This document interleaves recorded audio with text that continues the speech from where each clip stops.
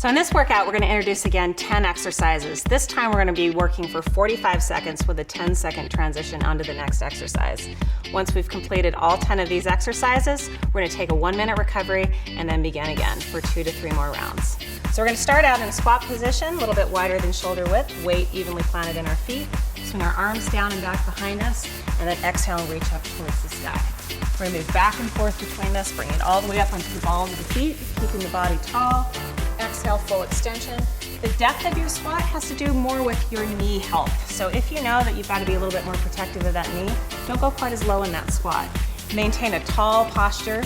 Make sure that you're exhaling on the way up and continually move. You can add a little bit of a tempo, increase the speed, and elevate that heart rate a little bit more.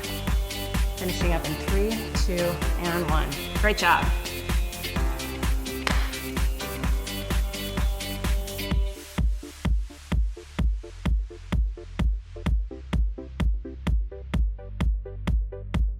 Now we're prepping for what's called a Woodchop. We're gonna go ahead and keep that stance a little bit wider, reach up to the corner, pull across the body. So in this movement, we're using nice long levers. We're making sure that our glutes are engaged as we reach up towards that corner, and then an exhalation pulling across the body and engaging through that core.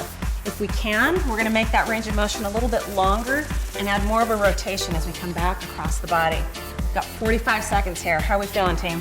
Feeling good. Awesome. Keep up that energy. Remember, you don't need to keep our tempo. Find that tempo and pace that works for you. Work hard. Make sure that you feel those glutes engaged on that extension so that back is protected. Keep it up, guys. Nice long body. Good. 3, 2, and 1.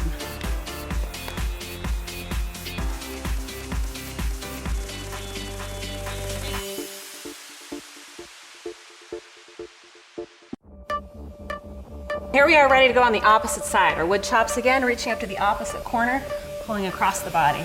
So establish that line first, making sure that we feel like we're in a place where we can have that extended position, back supported, glutes engaged. Moving quickly across the body if we feel like we can do that. Keep up that energy, more rotation. If we feel like we've got that ability to twist and rotate, never ever work through pain. So we want to just keep that heart rate working high. Feel that exhalation as we pull across the body. Nice, keep it up. How are we feeling, team? Great. Looks good. Excellent.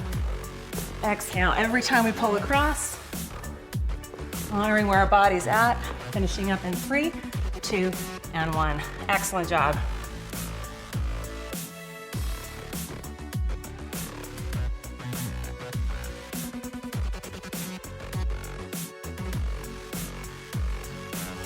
Okay, so now we're ready to transition into alternating lunges. Take a nice wide step to the side, keep the chest and torso tall, pushing off the leg that we're stepping into. So the idea here is to take that stance and really take that single lever press from side to side, but never losing that carriage. We want to keep that collarbone pointing forward, adding speed if we need to, just whatever it is that allows you to feel that heart rate increase. Is that heart rate increasing, guys? It is. Yes. Keep it up. Just got 45 seconds. You can do this. Keep that energy high. Hands on the quads gives a little bit more support for the back. Keep that breathing. Exhale every time we're pushing from the floor. Finishing 3, 2, and 1. Nice.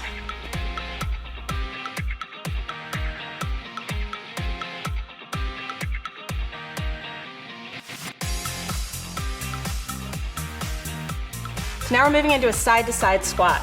We're gonna step out into a stance a little bit wider than shoulder width, come back to standing right in the center. So similar to what we did for that alternating lunge, but here we've got a little bit shorter line. We're able to push a little faster perhaps. If you feel like you're ready and you wanna pick up that tempo a little bit, feel free. Drop the hips. Just remember, every time we're trying to keep that same visual that we had when we did our squats, pushing those feet right through the floor, exhaling when we come back up to standing. It's just 45 seconds. How are we feeling? Awesome. Keep it up. Almost there, guys. Nice and low in those squats. Tall every time. We can do this. 3, 2, and 1. Nice.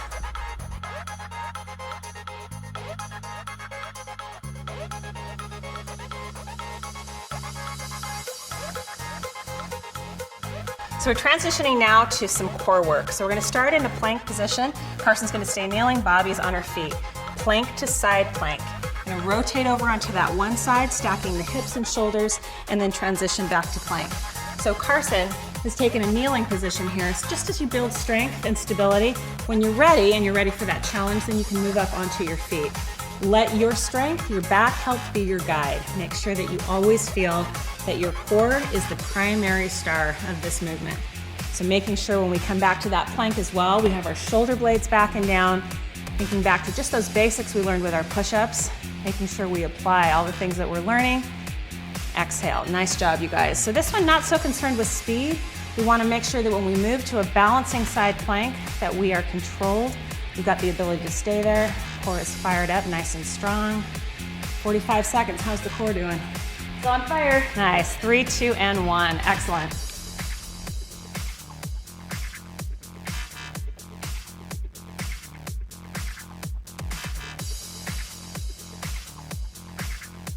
So we're moving into tricep push-ups. So these are very similar to our push-up, except our hand position is gonna be more narrow.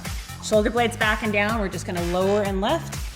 We've got 45 seconds of these. So this is one where you might wanna take that modification, bring it to your knees, maybe have a decreased range of motion.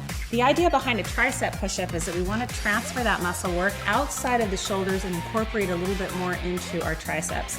So literally our arms are skimming our sidelines. We're kind of trying to squeeze those arms right along the body. Carson, how are we doing with those full body triceps? Too bad it's only 45 seconds. Let's keep going. Keep that energy nice and high. Make sure that we still remember with this, we are incorporating our core. Abs should be on fire, glutes engaged, no sway in that low back. Nice job. Last 3, 2, and 1.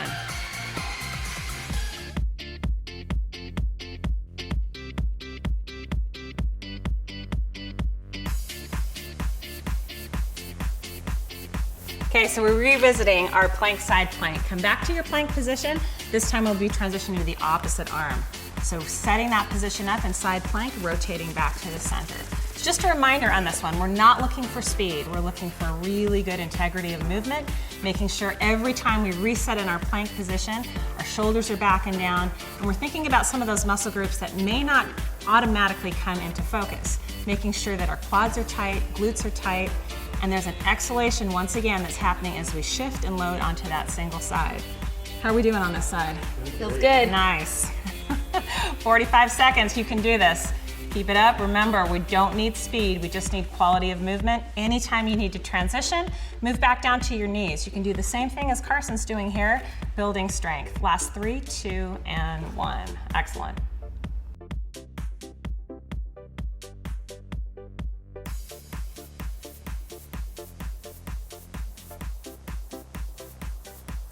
Okay, so now we're transitioning into glute bridges. So laying down on our back side, we're gonna have our heels close to our glutes. Go ahead and start by pulling the belly in, squeezing the glutes, lifting and lowering. So this movement is gonna be fluid, back and forth, up and down. Try to keep your knees from pulling apart. Keep that engagement, keeping them squeezing right in the center. We also wanna avoid a hyperextension in the back. So we don't wanna move into a back bend. Just think more about carving those abs out, drawing the belly in close to the spine, finishing that movement with tight glutes on the top. So that consistent movement back and forth. Once again, when we talk about core, we want to remember that those core muscles wrap all the way around our trunk, not just the front abdominal muscles, but moving through some of the accessory muscles on the back side, and we're feeling all of those firing up. Yes? Yes. Let's keep going. 4, 3, 2, and 1. Nicely done.